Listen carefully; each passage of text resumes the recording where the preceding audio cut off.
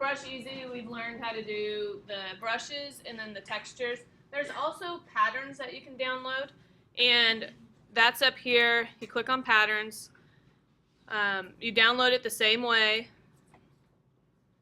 Click download. Don't fall for any of the special offers.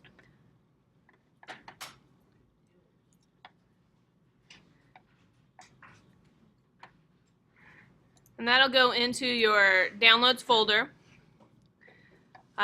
These are the PAT files. Okay. Same as the text and also the brushes. All you have to do is double click on it and it will automatically go into the pattern library in your in Photoshop. This next project you're going to make it 8.5 by 11 or 11 by 8.5.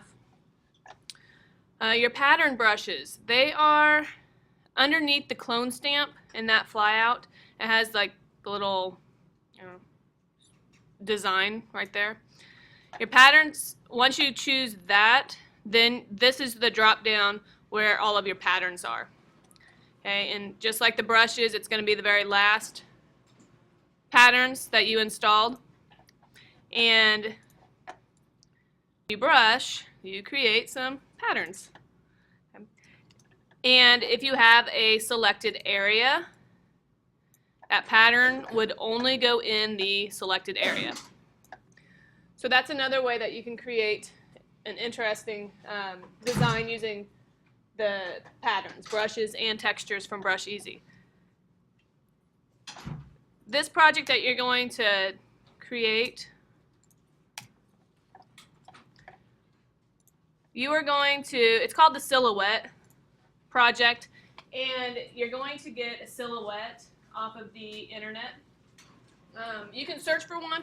I mean, you can find one, you just have to be able to make a selection around it. So silhouettes are the easiest way to make a selection because you can use your magic wand tool. I downloaded one earlier, so I'm just going to open that up.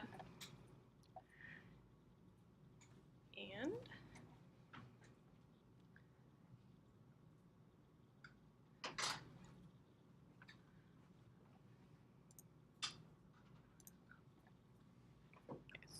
so I downloaded, or I saved a silhouette.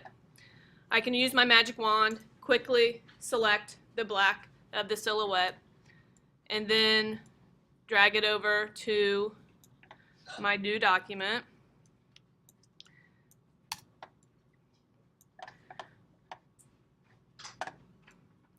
I also had downloaded earlier some textures. Okay, so I'm just going to open this up with Photoshop and drag this over to my document.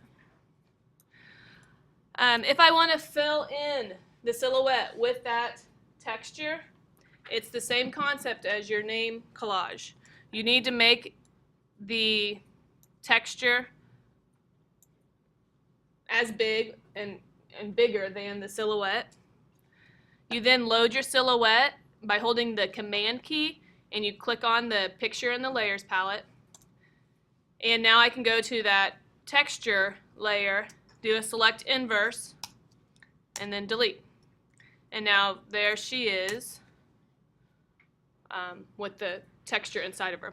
You can also, working with positive and negative space, if I hold down the Option key, I can copy it, and then I can flip it. If I go to Edit and Transform, I can flip it horizontally. Okay, so now I'm kind of creating that two-face with the vase in the middle.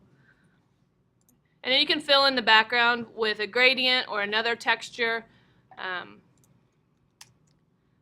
And that's what we're working on. Again, making interesting designs, positive, negative space, and with textures, patterns, and brushes. Okay, let me show you some more examples of this. So here's another example of the Silhouette project.